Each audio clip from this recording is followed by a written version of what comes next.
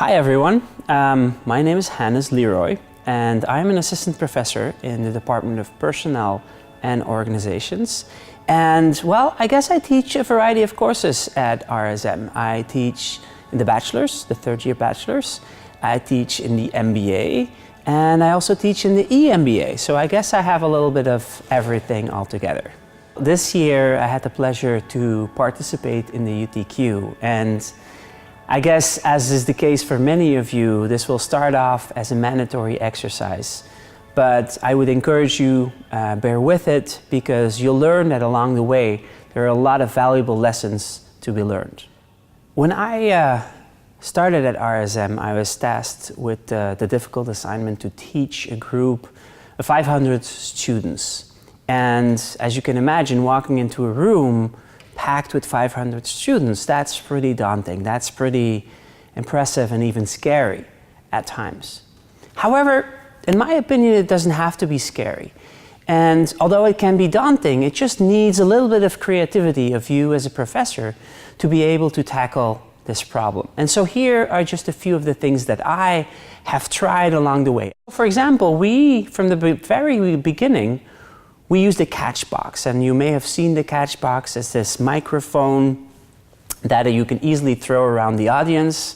Students catch it, they can speak into the microphone, the whole class hears them. And in the beginning it was a little bit awkward, and you throw the catch box and sometimes it lands on somebody's head rather than that they catch it.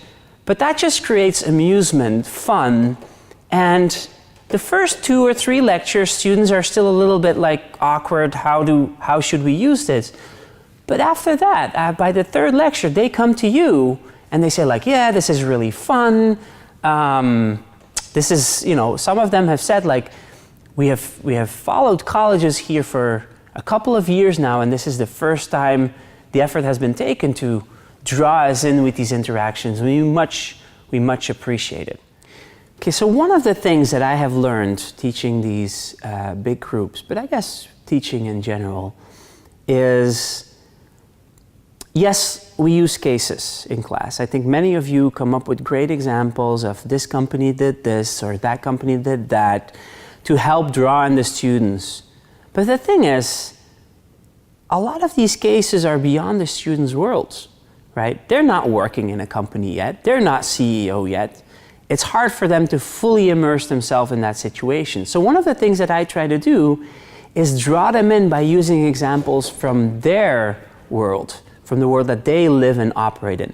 Let me give an example. I teach a class on training and development, and I could talk about how different companies across the world do great training and development for their employees. However, what I do is I go with the students and we do a critical evaluation of their education as they have received it in RSM so far. What was good? What was bad? What was a great professor? What was a bad professor? And slowly we start to uncover through their life, through their world, we start to uncover what is good teaching, what is bad teaching. And we draw some interesting conclusions. For example, we conclude that some of the professors that they thought were really annoying and very demanding at the beginning were actually the professors that they learned the most from. And I thought that by itself was an interesting insight. In the moment, these professors are like, oh, so tough, and we do so much assignment, but then afterwards, they're really happy that they had such a tough professor. For any big group that you're trying to teach, you want to make sure that the structure of your course is clearly laid out in advance. You want to have the clearest course manual, the clearest learning objectives, and you want to make sure that you write all of that down. Because here's the thing, if you're managing a group of 20 to 30 students, if a problem arises, you can manage, you can deal with it. But if a problem arises for a group of 500 students, it's like a domino effect. All of a sudden you've got you don't have 2 emails in your inbox, you've got 100 emails in your inbox with students asking, but wait a minute, this is not clear. When is the exam? When is this? When is that?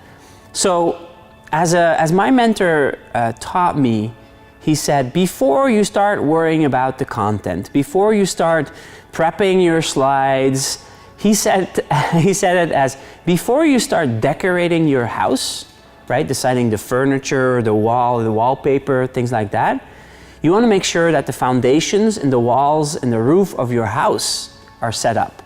And that's what you have when you have a really clear course structure, manual, clear assignments in advance. If you have that, then you can start decorating your house.